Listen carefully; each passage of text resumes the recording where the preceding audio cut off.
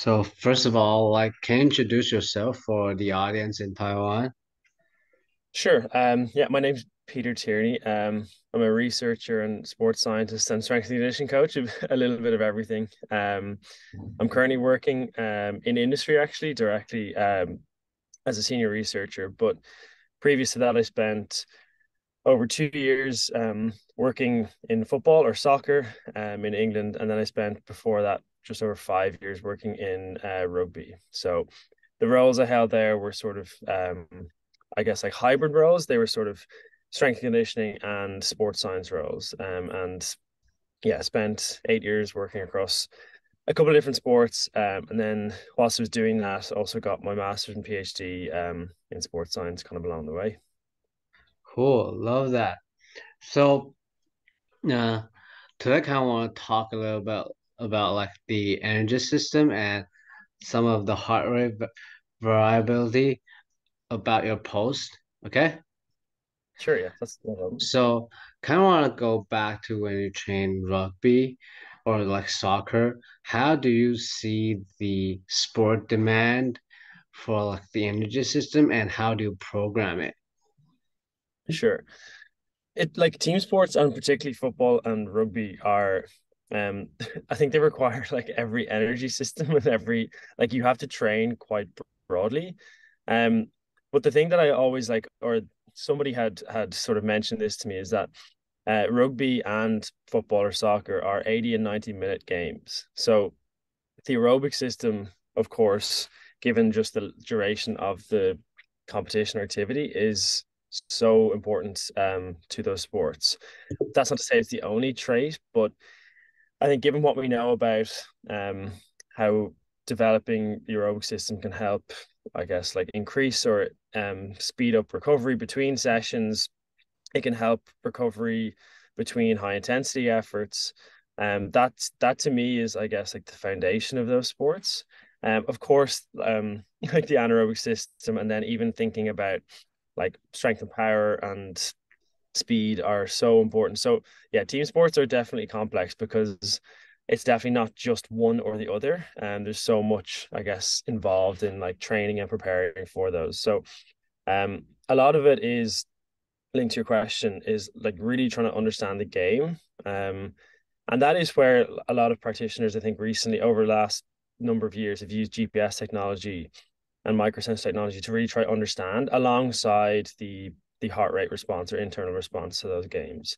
So trying to use some of that data to help inform training design and just really understanding the game, I think, has helped people and practitioners and players and coaches like really understand what is involved in the game and then sort of a lot I know a lot of people are using that sort of like working back approach, so like let's understand the game and then work back to try develop training off the back of that.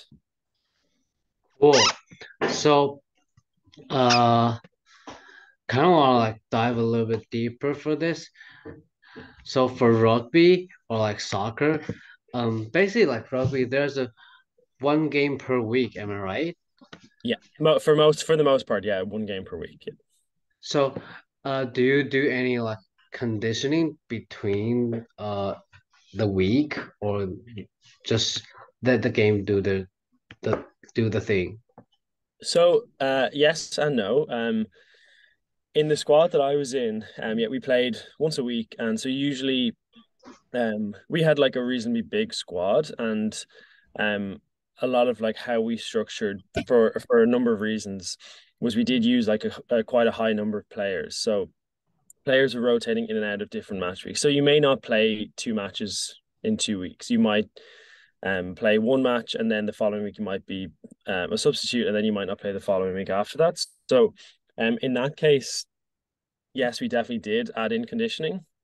But what we tried to do for a good number of years, and the coaches were central to this, was a lot of the conditioning or the I guess like the fitness improvements that we got in season were from yes the matches on weekends but also in training.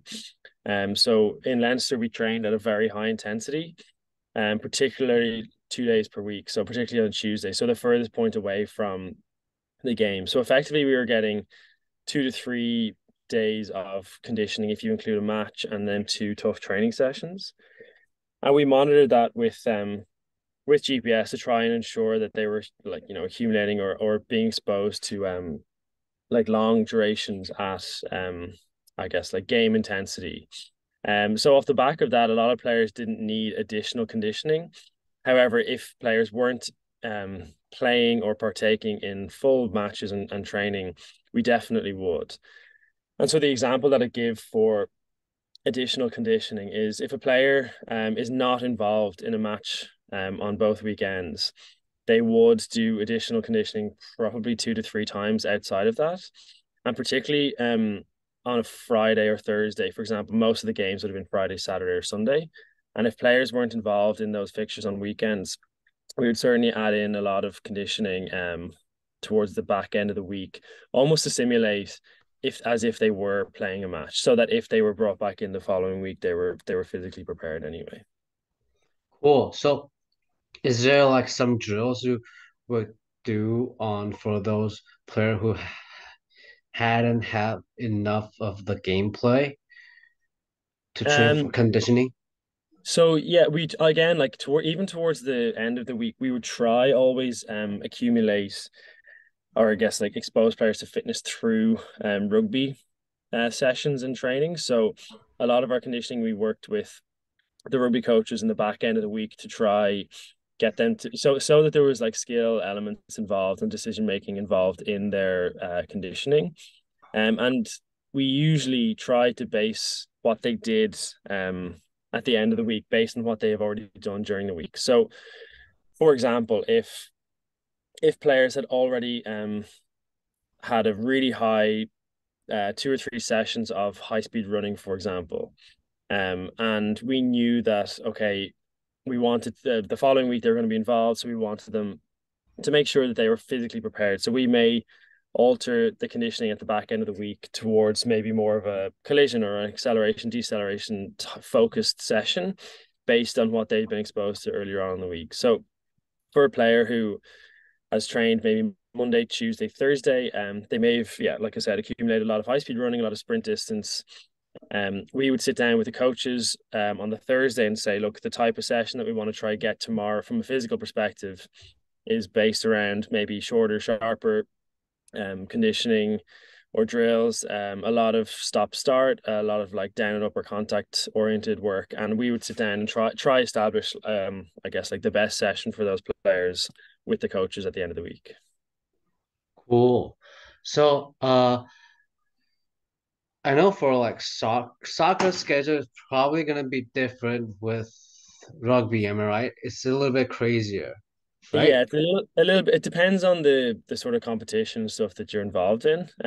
Because I was at the international level, or the international competitions, we had quite a high fixture density. So there were sometimes we would play 3 matches within 7 days, for example.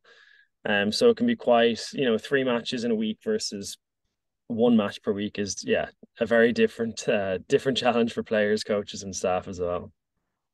Cool. So like you mentioned, there's like GPS monitor recently, but when you uh get to train those athletes, what type of like technology you use to like monitor their fatigue or like to make sure what status are they in?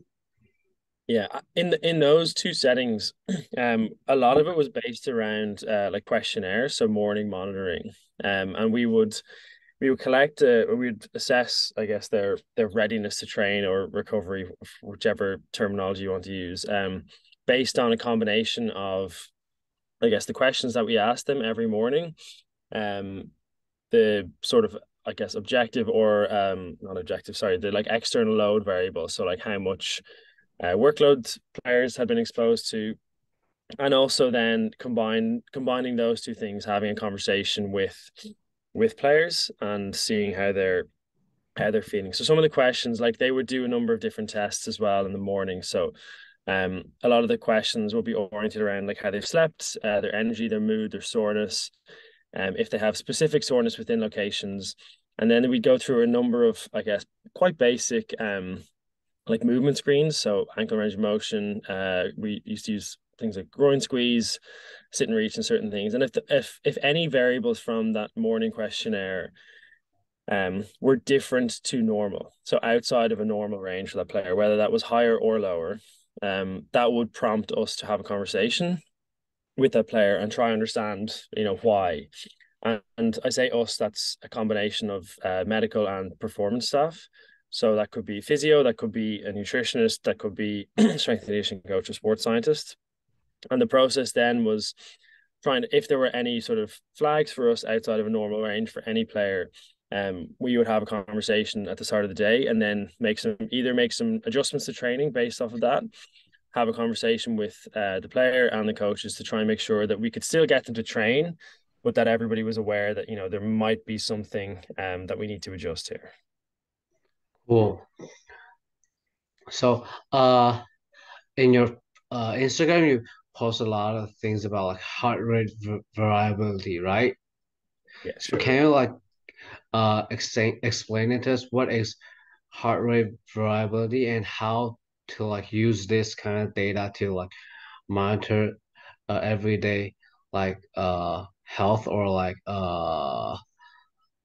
athletes readiness?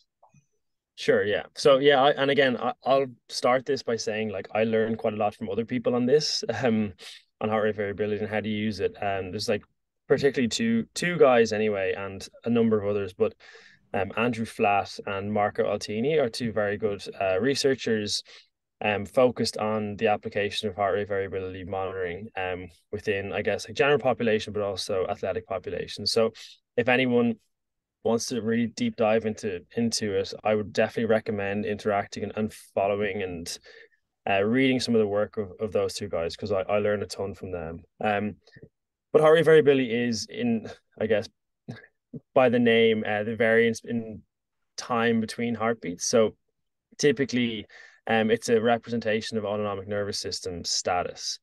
And whilst there's definitely some nuance in monitoring this, particularly in like with athletes. And the challenge is definitely adjusting, or I guess like dialing in expectations of what this is compared to how it's marketed. So I think over the last couple of years anyway, the number of tools that can be used to monitor HRV is certainly increased, and it's definitely helping because it's allowing more people to do it with less friction. So you can now use a wearable device. You don't even have to take, for example, a morning reading.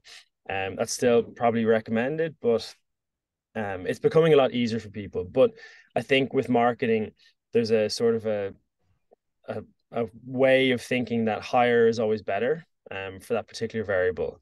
And I think if you speak to Marco, for example, he'll say normal is better. And I think this ties into how, what I was speaking to with other variables as well in terms of monitoring.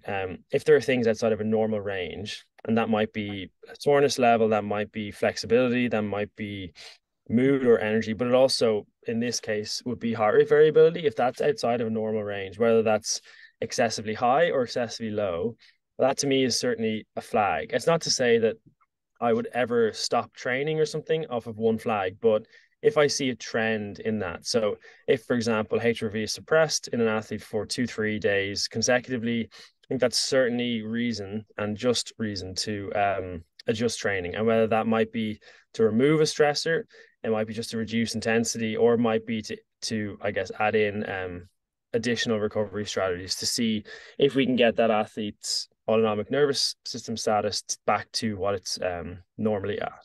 So that's the sort of use case, I think, for HRV monitoring in athletes, and how that would fit in with I guess like a normal monitoring or questionnaire routine. And for general population, I think it's the same concepts, and how you would monitor. One of the things that I think particularly wearable technology can be useful for is illness detection. And I think through the last couple of years of COVID and stuff, I think it's been really prevalent and evident how useful some of these tools can be. And that might be from an increase in temperature deviation, might be an increase in respiratory rate, or a decrease, for example, in HRV. And those things sometimes can be flagged from monitoring prior to you getting symptoms. So I think that's definitely an important use case to be considerate of in the future anyway. So for collecting like the HRV, before you're gonna like notice or make or like take a note that there's a red flag, like how long of the data are you gonna collect to make sure what is like normal? Oh yeah, I mean, I personally would just like at least 2 weeks, but ideally, as you keep collecting it, it becomes a month at least as a moving baseline. And I think it is a moving average or moving sort of range that I would work off. We know that there can be seasonal fluctuations in HRV. So comparing an average from summer to winter might be different. And it is difficult because to get a baseline, are you operating off of a week that there's no training stimulus? Are you operating off of a week that there's a very high training stimulus? So there's a few of those things that I think it's not as simple as just, oh yeah, collect 1 month and then that is what we reference. I know there are different views to this, but I think I would tend to lean towards a moving baseline. Although I think even Andrew would say he would use it off a fixed baseline. But ideally, at least I'd say 2 to 4 weeks of data to at least sort of start to make some or have some conversations off the back of that information. So there's like different baseline throughout the year. And does that match with, let's say, if it's like a just pure linear periodization for like uh training, no matter it's like game practice or like in the weight room, it's just normal linear periodization. Does the a baseline of the heart rate variability changes as the same or With linear periodization, yeah, I yeah, yeah. always think like individual responses is the most important consideration for this because the two of us, for example, could do the exact same periodized training for the exact same duration of time. And we may see the same performance benefits, but our response to that might be very different. And, so I think it's always more important to consider the individual variation or the individual response to training versus sort of grouped or blocked periodization. Because the Yeah. intention of your program could be you're going to do a 16-week periodized plan, a linear periodization plan, for example. But after 4 weeks, if my response to that training is negative, so if I have constantly high levels of soreness, fatigue, my mood is bad, my HRV is suppressed, I can't recover, I can't get through training, like that to me is like you need to deviate from what you have planned or periodized in order to make sure that the athlete is actually responding and recovering from training and actually adapting. So that would always be my sort of like I guess a consideration with periodization of programming. The other thing within team sports, I know you maybe asked this question in a slightly different lens, but with team sports, you even asked the question earlier on. In rugby, usually a competition is once per week, and in football, in international football, it could be up to 3 times per week. So the the game demand or fixtures often I don't want to say dictate, but they often determine the training that you can do in between those. So that becomes not a more important consideration in season than we might have the best plans in the world to do this training block or this phase, but the competition often dictates what you end up doing. Love this. So uh when you're training the rugby team, do you like plan out the whole season, like when should I do this, when should I do this at the beginning of the year, or it's like you have to stay like flexible? Both. So we would usually have towards the end of one season, we would usually have done a little bit of a performance review within the performance staff. So I say like strength conditioning, sports science, nutrition, and we would reflect on the previous season. We would sort of try identify were there certain areas that we need to focus on for next year or next preseason, and then we would try plan out roughly The preseason, so that would be where I was anyway, Northern Hemisphere. That would be from, I guess, sort of somewhere in June towards through to August or September. So roughly 2.5 months. And then the season would usually run from September through to May. Now that's shifting a little bit now. It's the dates have sort of changed, but we would always try plan out a preseason, and we would have reasonably like generic but specific goals. So there'd be an element of okay, everybody is going to we need to get everybody fitter and a little bit stronger and a little bit faster, and then we would also have I guess like individual performance targets. So if, for example, we know that you want to increase muscle mass, you might have a slightly different program versus somebody who needs to develop a aerobic system more or needs to lose a little bit of weight, for example. So that would be like one block. And we know through the season that we were involved in anyway, that there were certain periods where we wanted to peak or try to peak. So we would usually try build towards those. And when I was there, we wanted obviously to win every game every week. That was always the plan. But there were certain weeks where we knew, okay, that the European Cup competition was coming and you played 2 of those games in a row. So what we would try to do from a physical perspective is at least build towards those weeks. They might happen every, I think, 4 to 6 weeks. So it sort of lent itself towards, okay, when we get through that preseason block, we split it into 2. We had a break in the middle, and then we would usually try chunk the season into, I guess, like 4 to 6 weeks, for example. That might change, and we would almost theme those towards certain things, and those themes would be aligned to the rugby coaches like tactics and their sort of journey towards the end of season, where we'd hopefully be in 2 sets of finals at the end of the year. Cool. So, is it do you plan for like for the in season? Is it more a maintain, or you can build up for the does athlete get stronger at the end? Yeah, like so there's some level of maintenance, but I think if your goal is to maintain, you'll often see people like decline, for example, in fitness or in strength or muscle mass. So we always planned to build and get stronger and try get faster and try get fitter. And the fitness definitely came the more players were involved in game time and the more players were exposed to our sort of that like high intensity training that we had through the coaches. So definitely players were getting fitter throughout the season. The challenge definitely is managing fatigue through the season with pushing in training. So we would always try and map out a couple of weeks where if we knew a player wasn't going to play for 2 weeks, we might like increase for example, that player's tonnage in the gym if we knew they wanted to maintain muscle mass or develop strength. So there are a few things that we could try forecast. Nothing's ever as black and white or as clean as that. But we did try plan certain weeks where players could have either a full recovery week or a development week scattered throughout the season. So that hopefully again by the end of the season that we were peaking from like a skill level, a tactical level, and a fitness and strength level as well. So it was trying to make sure that, yeah, we didn't just maintain those things, we actually improved them throughout the season as well. But it is definitely a challenge just because of the fatigue, and particularly in rugby where there's so much contact and so many collisions that can definitely add to the levels of fatigue. Cool.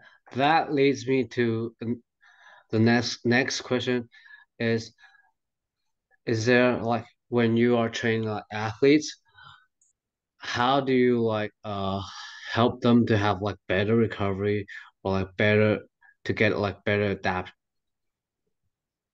Yeah, it's tough, and particularly in season, it's very hard. One of the things like, and again to the rugby point anyway, we know how like I guess physically demanding and energetically demanding collisions can be. So that can definitely take time. Um, and I think to the start of our conversation, I think I spoke a little bit to the importance of aerobic fitness within rugby and football, and in general, and I think in every sport and general population, the benefits of it. So one of the things that we do know is that the fitter you are aerobically, the faster you can recover between these games and between sessions. So to me, like the foundation of aerobic fitness you set and a preseason or over a number of years actually can definitely help contribute to players recovering faster in season. So that's, I mean, something that we can see in the literature and also anecdotally as well in practice. Those fitter players tend to recover faster as well. And we've seen that in some I saw that in some data in football as well. The faster players sometimes recover a little bit faster. Oh, sorry, fitter players sometimes recover a little bit faster. So that's probably one of the key things. The second would be, and there's I could probably list this for 20 minutes, but the second thing is just building really good habits and behaviors around sleep and nutrition. So the sleep element is challenging just because of the match and competition schedule of both of those sports and other sports as well. You know, the recommendation from the literature is that you go to bed at the same time every day and you wake up at the same time every morning. That just is not possible in team sports. Sometimes there's a kickoff at 8 p.m. Sometimes it's 4 p.m. Sometimes it's 1 p.m. And if you speak to any player, they've really struggled to get to sleep if they have a late kickoff because of, I guess, just how excited they've been, caffeine intake as well. So that can be a real challenge. But I think overall, the mindset of just looking at sleep from a monthly or a weekly basis can definitely help players and athletes and coaches just sort of understand, okay, like I need to focus on my sleep across the whole week or the whole month, not just around the game. So that's key, and yeah, getting them to have some good behaviors when they do go to sleep. So winding down, a good routine, just setting their environment up for and themselves up for success through sleep. The nutrition element then I say is another key one, and developing really good habits around fueling, eating for recovery, hydrating properly. And again, I've been very lucky to work with some really good nutritionists and who I now even call friends as well. So Dan Davey in Leinster and James and Chris, I worked with in England as well. So those guys were, you know, exceptional and at an exceptional knowledge level for nutrition. But I think what the three of them did really well was they really understood how to like shift behavior in athletes and in coaches, and they really created a good culture around eating and like proper fueling. So there are challenges that I think a lot of teams and a lot of athletes have. And you know, there are things that we worked, I think, really well together and to try get, you know, players to recover better and faster. Cool. I saw on your Instagram there's like positive and negative contribution to the sleep. Can you like talk this a little bit? Sure, yeah. I created this sort of like visual, which maybe you can share out or pop up into this as well. That it was trying to offer some generic or general contributors to sleep. Now, what I say with this, and I think I've had this conversation with a few people, is that, you know, if you have a sleep issue, this is certainly not the place to like go and like go through this list. This is quite a generic, like, okay, these are the, on average, these are the things that I feel contribute most positively and most negatively to sleep. And but the point of the post was really to try get people to focus on either end of that spectrum. So if you can address the things that then again, this is like subjective. So I've interpreted the literature and my experience, and I've sort of visually represented it into like things that have a large positive contribution and a large negative contribution. But the point of the post or the visual is often in my experience, people, this is athletes and general population, they focus on the things in the middle, the smaller contributors. So really minor things, not minor things, they're still important, but things that have less of an impact, whereas they neglect the things on either end of the spectrum. So people will always lean towards taking a supplement, for example, instead of trying to achieve sleep consistency and getting enough sleep. So that was the point of that post, really just to get people to think about the big contributors, focus on those big rocks. And when you get those things sort of nailed down, you're consistent, and you have good behaviors, you're not impacting through, for example, alcohol or travel. Well, then, okay, if you have those things and you still want to get those extra few percent of improved sleep, then like work your way towards the middle of that graph. And I mean, if somebody has accounted for all of those variables and factors, which is very hard to do because stress and things happen and they get in the way. I think, yeah, if somebody had all those things ticked off and nailed down, I would expect them to be sleeping pretty well.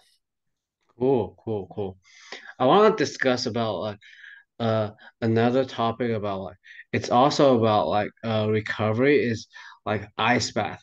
So can you talk a little bit about ice bath? What are your thoughts on this? Yeah, I see. Yeah, there's been so many people discussing ice baths and cold water immersion recently, and it's definitely become a bit of a, I think, a craze, and even people are doing it, I guess, for other reasons, not for recovery. So when I speak about it here, I'll just speak about it in the context of recovery. I won't like there's other things which like I won't comment on right now, but just because it'll take too long. But as a recovery tool, particularly in, and we'll continue on, I guess, just using the example of rugby and football or soccer, it's an excellent recovery tool. And there's some really good evidence supporting that it can help reduce soreness, can help reduce inflammation. So as a recovery tool, particularly in season and in competition time points. And the example I give is in international football, where we have 3 games in 7 days, and you've got really tight turnarounds. Ice baths can definitely help, and we've used with good effect.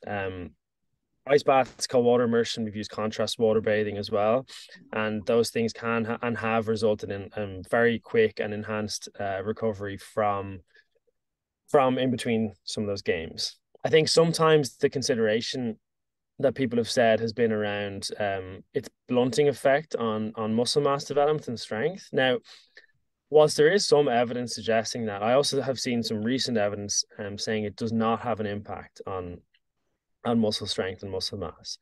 And the one study that a lot of people reference, it has a small negative effect on muscle mass development, but not muscle strength. So one of the considerations that you have to have is like, okay, well, you have to weigh up is does recovery from this whatever it is stress, whether it's a game, is that more important to me at this moment in time than potentially muscle mass development? And if it is, then I would say like it is absolutely a strategy you should consider in between these games. And also the sort of conversation that I've had with a few people, but not a lot of people talk about is what if there's a situation where you don't want an increase in muscle mass, but you want an increase in strength. So is there a sport, potentially, there are a few that I can think of, where you might want to recover very quickly between a game, you want to maintain or increase your strength, but you don't necessarily want a huge increase in muscle mass. And then I think it is a very good tool in between games to help recover. So they are my thoughts on it. Do I use it? Yeah, absolutely. Like I find we've used it with great success, and athletes love it and hate it. They don't necessarily enjoy the feeling in it, but I think they really appreciate the feeling after it. So yeah, my take overall is that they're a pretty good tool and a good strategy for recovery. Nice, love this. Last question before I let you go, okay? I noticed that you have a new project which is called like Ask Athlete, and there's like different topics of it, right? And right. So what like I know mostly about like recovery, but why you started about this project? Yeah, good question. I find like I've been working, I guess, specifically on like the recovery side of things over the last few years, and that's been in rugby and football and now with other people as well. But often what I see is that and this is good, this isn't a bad thing, is that practitioners speak to each other about recovery. And then practitioners will go to the research to look at recovery strategies and stuff. But I think sometimes practitioners neglect what the athlete is interpreting recovery to be. And I've seen some really interesting research recently comparing, athlete perception to recovery strategies versus coach perceptions. And sometimes there's a mismatch in that athletes think that certain things work better than others. And coaches think, well, no, based on the research, it's different. And we know with recovery is not just physical, there's a huge psychological component to it. And if we don't think about how athletes are perceiving recovery strategies or their perceptions and thoughts on recovery, we'll never get to the point where we have the best recovery. Because if we haven't asked the athletes what their views are, then I just think we're missing a trick. So part of it was was to really like learn from athletes and to really get their take and their understanding on it. And one of the things I think the examples I give is as practitioners, we can say, oh yeah, like some of this wearable technology is amazing, and we really like the data that it gives. But some of the athletes I spoke to were saying, you know, wearing this technology makes me really anxious, and I don't sleep well because I'm worried about whatever data that comes about. So I just think it's interesting to get like a balanced view. So for me, learning about recovery, I'm still going to speak to other practitioners and listen to other resources because I'm learning tons. Like I mentioned, those two guys, Andrew and Marco, earlier on. I'm still going to go to the research and read that, but I'm also now going to have conversations with athletes and coaches as well.